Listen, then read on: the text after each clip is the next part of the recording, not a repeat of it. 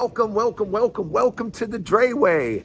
And again, I got to thank you guys for putting me over 40,000. It's really appreciated. Hit the subscribe button. We're on our path to 50,000. And come by and see this show every day. There is a new show. There is a new Dray Way each and every day. And I promise, on the Dray Way, you're going to get the truth, the whole truth, nothing but the truth. So help me. So, hey, let's get started. I hope you're ready. Let's go!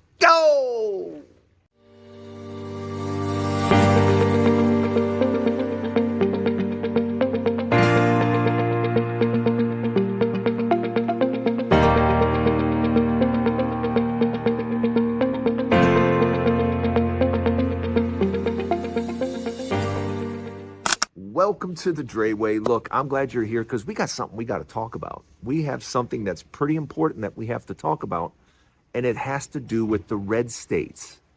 Yeah, red states are in big financial trouble. And when I say red states, I'm talking about South Carolina, Georgia, Florida, Louisiana, Texas, Tennessee. I mean, I could just go on and on. All the South red states, Nebraska, Oklahoma, all of them are in financial trouble, serious financial trouble. And it's getting even worse. And you say, how is it getting worse? Real estate is starting to plummet in Texas, in Florida, in Georgia, in Louisiana. And foreclosures are beginning to skyrocket. And we're just seeing the beginning of the whole foreclosure thing. This fall and winter, you are going to see foreclosures absolutely skyrocket. Because there are literally millions of homes, millions of households that are behind on their payments. Now, I want you to understand what happens when you have real estate prices dropping considerably. Yeah, those houses get reassessed. And when those houses get reassessed, that means that their tax base gets smaller. So you have a real estate crash taking place in the South where prices are beginning to fall, and they're going to be falling for the next 3, 4, 5 years at least. There is nothing on the horizon that's going to stop these home prices from dropping significantly over the next 3, 4 years. And as that money goes down, so does the tax base. So the taxes that they can collect on home values that are now considerably lower, what do you think that's going to do to each state, who is already suffering from cutbacks? Louisiana, Alabama, I mean, they are screaming at the White House, hey, these cuts that you have done, they have significantly affected our state, and thousands of people are now out of work. And the federal government, the administration's going, oh, well, sorry. Yeah, I'm sorry, but that's the way it is. So here, Alabama, Louisiana, and all these states are crying the blues, and you have an administration that just doesn't care. So, and these states have to take care of themselves. And with real estate prices dropping and dropping and dropping, and now new home sales have all but dried up. So where is this tax base going to come from? Because it's getting smaller over the next few years. So that means less money coming into the red states, who are already suffering cutbacks from this administration. So now you have red states that are looking around going, wait a minute. We can't make this work. No, that's right. You can't make this work. But this is a perfect example of what you voted for. This is what you keep voting for year after year after year. You keep voting for a party that doesn't give you anything. Nothing. You red states, you guys depend on the federal government. And this federal government is saying cut. And guess who they're cutting? You. Yeah, you who has so little. Arkansas broke. Oklahoma broke. Louisiana, Alabama broke. Arkansas broke. You guys are broke. You don't have any money. And you know what the federal government's doing? They're coming in to take what you have. Yeah. So now the federal government's not going to be giving you all those subsidies, all those monies, all those jobs. Yeah, they're not doing any of that. And you know what they're doing now? Now the real estate industry is going lower and lower and lower. And everyone is going to pay taxes on that lower base. So now here you've got all these cuts.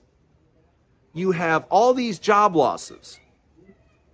And now you have a tax base, a home tax base that is going lower and lower and lower. So that means more money, less money coming into the coffers. So if you think red states are broke now, how do you think the effect is going to be over the next few years? You're going to see state after state after state broke. They can't pay their bills. And that's what's going on right now with this administration. That's what's going on today. And I want you to understand, it's only going to get worse. And as far as the Medicaid cuts, these states aren't going to have the money to step in and supply the money that the federal government was supplying. So all of these red states are about to have a complete collapse. Yes, you heard it here first. Red states all along the South over the next 3 years are going to completely collapse. They simply won't have the money to do just even the basics. And that is the story of the day. That is what we need to be talking about. That is what we need to make sure people understand. Because the worst effects on the red states happens in a couple of years. It doesn't happen all at once. It's going to happen over time. But over the next few years, red states are going to be completely broke and not be able to pay their bills. And with real estate going down, down, down, now their tax base is getting smaller and smaller and smaller. So their collections are going to get smaller and smaller and smaller. You heard it here first. We'll be talking about this for the next few years, but I promise you, the big story in the coming years is going to be red states are broke and going bankrupt. And that's going to be throughout the South. Let me know what you think. Put it in the comments. You guys are the best on the comments. So put it in the comments. And if this is your first time here, welcome to the Dray Way. I'm Drayton Nay, your host. That was just part 1 to the Dray Way. Part 2 coming up next. I get asked all the time at the age of, I'm going to be 62 shortly. And at the age of 62, I have friends that ask me all the time, why did I sell my house? Why don't I own a house? And I'm like, I don't want to own anything. First of all, I don't want to be stuck somewhere for the next 30 years. I don't want a 30-year mortgage and stuck to a house for the next 15, 20 years. That doesn't appeal to me whatsoever. I have 2 elderly parents that as soon as they leave this planet, I will be mobile, and I don't want to be at my age pinned down with a 30-year mortgage. That doesn't seem to make any sense whatsoever. I have a couple apartments that I rent a garage, and I rent a house. I do that because it fits my lifestyle. And I like not taking care of things. I have found as I get older, the less I own, the more freedom I have. If you own stuff, you have to take care of it, you have to protect it, you have to insure it, you have to do all kinds of things. And I really don't want to do that. I don't want to spend time worrying about appliances, worrying about, my roof is bad, or lightning hit a tree and hit my house. And I don't want to worry about any of that stuff. And as you get older, you'll understand that, I just don't want to, worry about maintenance and taking care of things and stuff like that. That's why instead of buying a lot of things and stuff like that, I'll rent them. I couldn't imagine. My friends are like, oh, I can't wait to buy another boat. I don't want to buy a boat. First of all, I got friends with boats, and secondly, when I want a boat, I just rent it. You know, I did that not too long ago, where we rented a yacht for the week. I don't want to buy a yacht and have the expense of a yacht. What I want to do is use one for a week and have a really good time, and then say goodbye. That seems to make sense. When I was younger, I had ski-doos. I had, those wave runners and stuff. I had a couple of them. It was a pain in the neck, You know how many times I used it compared to if I had just, and the expense as opposed to just simply renting them, How many times are you going to run a wave runner anyway? How many times are you going to use it in a season?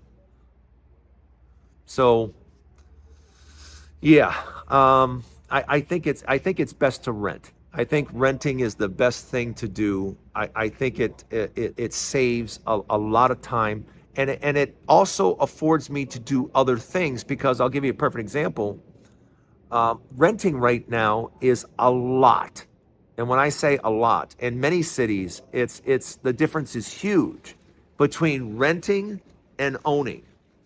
And the whole thing about owning a house, the thing I can never really understand is you never really own the house. Even after you pay it off, you just switch landlords, and now the government's your landlord, because now you got to keep paying the taxes on that house. Even after the house is paid off, you got to keep paying the taxes. And that seems to me crazy. To me, that seems, you're always a renter in one respect or another. But right now, what seems to make sense to me, and the main point that I'm trying to bring across right now, is this. Real estate is not the place to be for the next 5-10 years. Certainly the next 10 years is not the place to be. Real estate is not where you're going to make the money, because incomes are not there. Real estate prices can't go any higher really than what they're at right now, because incomes have not gotten higher. So people simply can't afford, and many people can't afford the houses that they're in.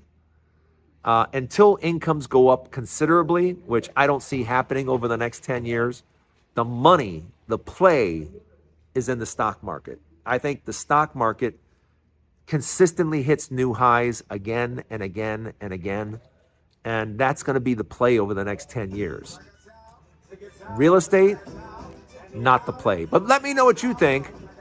They're putting on music over my head. Let me know what you think in the comments. I can't wait to see it. Don't go anywhere. Part 3 to the Dray Way coming up next. I love when they do the music. Part 3 coming up. One thing I do, I thought I would share with you some things that I do to kind of stretch the food budget, because I know a lot of people out there are just looking at the price of groceries and they're going, what is going on?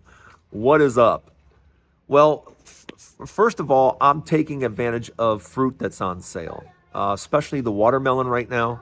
Like, for example, we have a large watermelon at the grocery store right now for $2.99. So it's this massive watermelon that I cut into little pieces that I'll be eating all week. So that's pretty good for $2.99. Another thing that I do is I have a huge bag of rice that I got from Costco. Of course, I got my eggs from Costco, my chicken from Costco. So I make a huge vat of rice. And then I put egg in it for protein. And then, of course, chicken as well.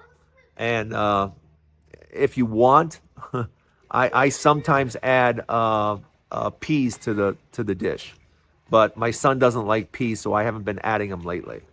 But just the egg, rice, and chicken, it can go a long way. I'm telling you right now, we eat that all week long. I would say at least for 4 days. We're eating that, and it's very inexpensive. You're only putting 2 breasts in. You're only putting 4 or 5, maybe 6 eggs in. So the total cost is just a few bucks. And you're talking about a huge pot of rice. And to last you 3-4 days, that really helps make your money stretch. The other thing that I do is, of course, is that spaghetti. Spaghetti is a good way to make your money last. It doesn't take a whole lot of ground beef to give it a nice meaty flavor. And spaghetti is always an inexpensive option. And so is pizza. Pizza is another way to make your dollar spread, because pizza is one of those things that, you can have at night, and then for lunch the next day when you don't finish all the pizza from the prior night.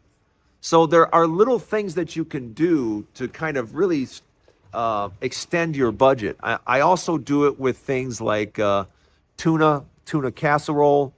I like making tuna casserole once again because it's something I can use for several days. The tuna gives me the protein that I need, and the casserole, I mean, it's a big casserole. It's like this big. And that can, like I said, I can eat that for 3 or 4 days. So what dishes do you make? What dishes are prevalent around your house when you're thinking about doing something low cost? Like I said, my rice, chicken, and eggs is one of my favorites. And my tuna casserole is definitely one of my favorites. My spaghetti, by the way, I'm going to give you a spaghetti secret that no one ever passes out, but I'm going to pass it out to you. Just try it the next time. Just try it. I know it's going to sound crazy, but just give it a try. When you're making your sauce, your pasta is cooking. When you're making your sauce, add 1 heaping teaspoon of grape jelly into the sauce. Don't ask, just do it, and let me know what you think. Let me know what you think. And if you have a recipe that is inexpensive and makes the dollar stretch, let everybody know. Let's see it in the comments. I may even post it on here somewhere. But let's see the best recipe you got to make the dollar stretch. Thanks for stopping at the Dray Way today. Don't forget, there's a new Dray Way tomorrow and a new Dray Way each and every day. So hit the subscribe button and come hang out with us. Have a great day, everybody. Have a great day. I'll see you tomorrow right here on the Dray Way. Bye, everybody.